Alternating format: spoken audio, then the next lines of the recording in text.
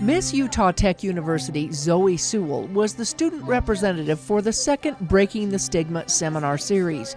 Before interviewing Utah Tech Board of Trustees Chair Tiffany Wilson, she talked of her own mental health issues, which began as a child.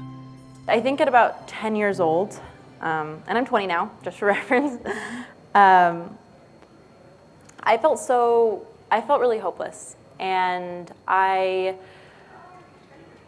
started using self-harm as a coping mechanism. And at about that age, 11, 12, I had a plan, and I was going to go through with it, and no one was home. And so I did. I started that plan, and my mom had come home earlier with my sister,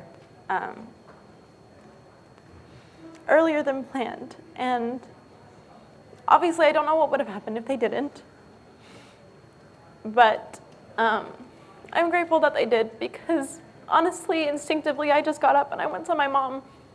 I told her everything. We went to the hospital and we got the help that I had needed. I was able to come home a few hours later. I was healthy, I was okay, and even though my relationship with mom at the time was just rocky, just with both parents because of the divorce, I still felt like I had that person in my corner. But I also felt like that my sister, we're only a year and a half apart, she became my best friend. Zoe told of how she struggled over the years, but has since learned to manage her life to go on and help others with theirs.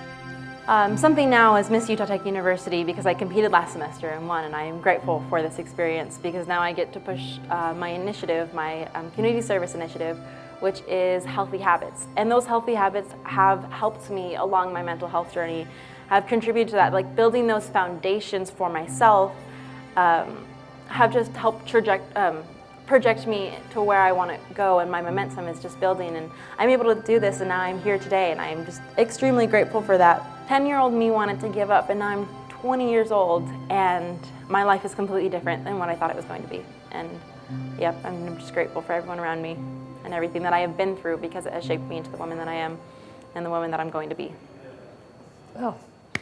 Zoe will compete in the Miss Utah pageant this summer.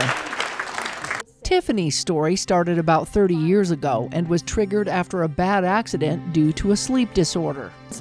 My sister, who's here today, she and I share a real gem of a sleep condition, narcolepsy. And I was driving, we lived in Georgia, I was driving up the freeway from a therapy appointment.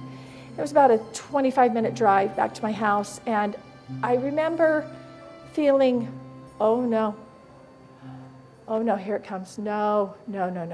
2 miles to the exit, just get to the exit. And I hit the back of a bunch of cars, and I didn't know. And I sat there and I thought, I don't dare get out. I don't want to know. I don't want to know what I did.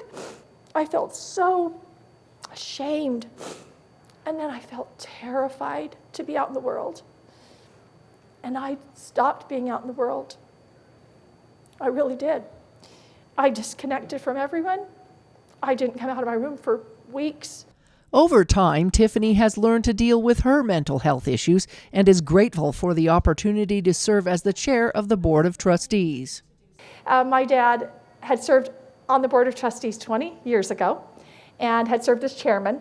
So it just seemed like such this amazing thing my dad did. But I came in, we had a great conversation. I ended up being invited to join the board, and that changed my life. It took me out of being in my own space, getting lost in my space, and reconnecting with people.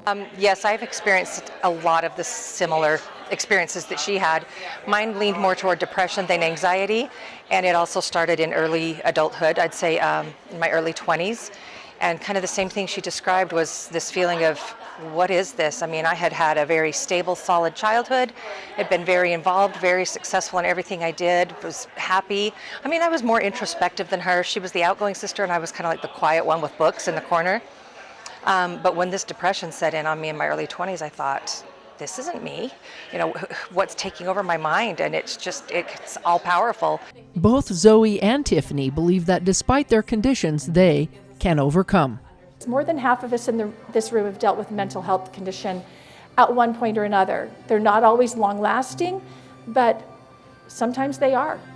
The solution to the feelings of hopelessness is not withdrawal, it's connection.